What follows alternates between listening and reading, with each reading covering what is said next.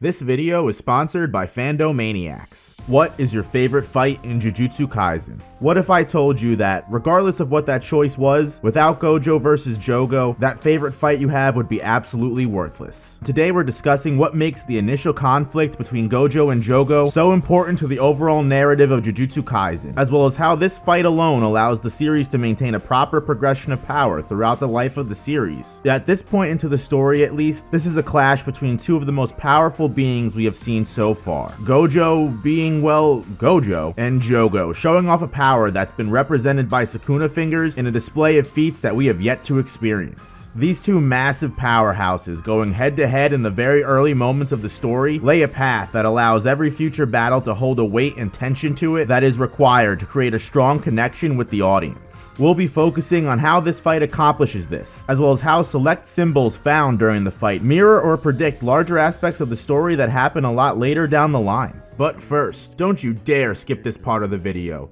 Look at this Jujutsu Kaisen shirt. It's perfect. All of these shirts are perfect, and they're all from Fandomaniacs, the best place to get all of your anime and manga merchandise. They have a bunch of different designs from all different series like Demon Slayer, Naruto, One Piece, you name it, in every kind of style you could imagine. Use the code OPERATOR10 and the link in the description to get 10% off your order on Fandomaniacs today. That's code OPERATOR10 with the link in the description. 手出してほらほらほらほらほら As early as the second chapter of Jujutsu Kaisen, we are told that this quirky, lovable, but yet undeniably impressive teacher at Tokyo Jujutsu High School is the absolute strongest sorcerer in the entire world. Right off the bat, from the start, we're introduced to the story's power ceiling. This can be a good or bad thing, depending on the writing of the series. When presented against a threat such as the King of Curses, one could argue the main antagonist of the series, Gojo can only chuckle at the thought of being targeted by such a powerful entity such as Ryomen Sukuna. At this moment in the story, we don't have any point of reference for Sukuna's maximum power, and everyone else in the series seems to fall in line with Gojo's position, so we have no reason to question such monumental claims as of yet. But when we move forward in the plot a bit, when meeting the King of Curses for a second time, Sukuna has now acquired multiple fingers at this point, compared to when we previously saw him with only one finger's worth of power. Now with even greater strength, he is able to immediately step on the finger-bearing special grade like an ant, following this up with a beatdown of Megumi, which displays feats that are unmatched and almost unimaginable in the realm of power that we've come to know so far in Jujutsu Kaisen. Although still very early in the series, it is quite shocking to see the parkour and creative choreography that we've come to know upgrade so suddenly to blinding speed and attacks that send characters flying for miles. Watching one of Megumi's Shikigami be torn to pieces signals the severity of the situation and just how much of a gap exists between 1 to 3 fingers. Of course, once again after this, as power progression requires, we fast forward once again to an even stronger entity after this. This higher power resides in the newly introduced disaster curses, specifically with the fire curse Jogo, who upon being brought into the spotlight eludes his level of strength to a count of 8 Sukuna fingers. More than double what we saw almost just end 2/3 of the main cast. At first sight, the overwhelming presence Jogo creates with the flaming massacre and his confidence in his victory over Satoru begs the question. With this unknown threat's bold bragging, is Gojo only the strongest because stronger beings have yet to be uncovered? Has, like Satoru himself even predicted, time began to catch up to Jujutsu Society's traditional ways? Let's put a pin in that for the moment and take a minute to rewind back over to Jogo. His cockiness and braggadocio rings familiar, doesn't it?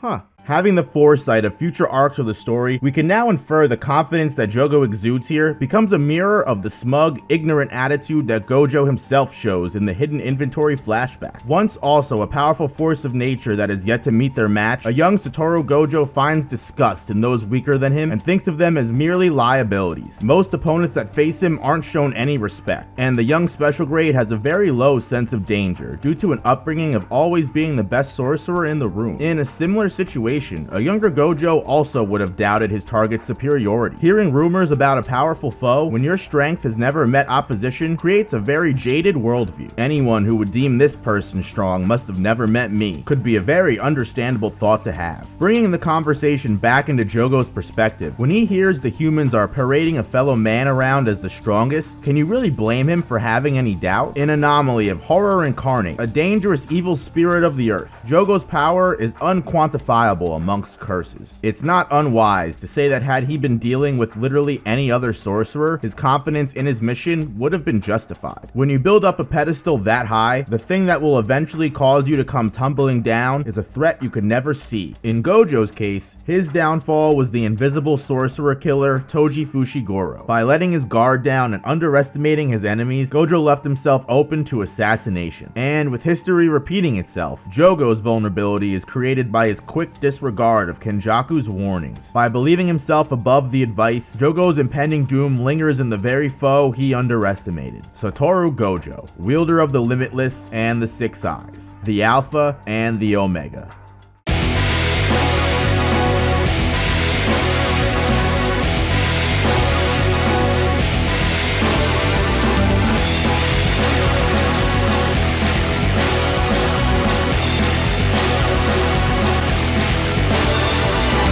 As Jogo descends upon Gojo, beginning his confrontation with the sorcerer, Gojo's extrasensory allows him to effectively avoid most of Jogo's initial onslaught. In fact, Gojo had become aware of Jogo's presence from miles away, explaining why he so abruptly made Ijichi leave the scene. This fact alone proves indefinitely the volume to Jogo's strength is quite large. And just as Gojo confirms, unregistered special grades don't just pop up every day, let alone one that's intelligent enough to hold conversation, as well as separate the sorcerer from any and all options of getting assistance. After every single futile attempt, we begin to see Jogo's hubris drain from his eyes. As each attack grows in scale and increases in effort, every blow that bounces off of Gojo begins to reflect back into Jogo's pride. What starts as blatant disregard twists around into pure disbelief. Despite Gojo's intuition picking up Jogo before the curse even made contact, Jogo ironically calls Gojo out for lacking any sense of danger, when in reality, Jogo is the one unable to read the room. The reason for this lies between the gap and their might. Speaking of gaps in space, it's this moment in the story we're given an explanation on one of Gojo's abilities, the Infinity. While not only being smoothly woven into the battle, it is also a clever way of symbolically representing Gojo's absolute superiority over Jogo. And by not allowing Gojo's innocence to diminish at all during the fight, despite all hostility and danger from Jogo, Gojo's higher plane is established. His habit of teasing his opponents allow us to assume even faced with near half of Sukuna's maximum power, the sorcerer doesn't have to get serious. He playfully reveals another aspect of the technique, the destructive spell, Red. From here on out, nothing goes Jogo's way. Every twist and turn results in Jogo being brought closer to the brink. The Flame Disaster Curse, terror of the earth, drowned in a pool of his own arrogance. As the rain washes over him, let's change focus and examine just what made this beatdown so important to the future of Jujutsu Kaisen's story. こっちが呪力でこっちが術式。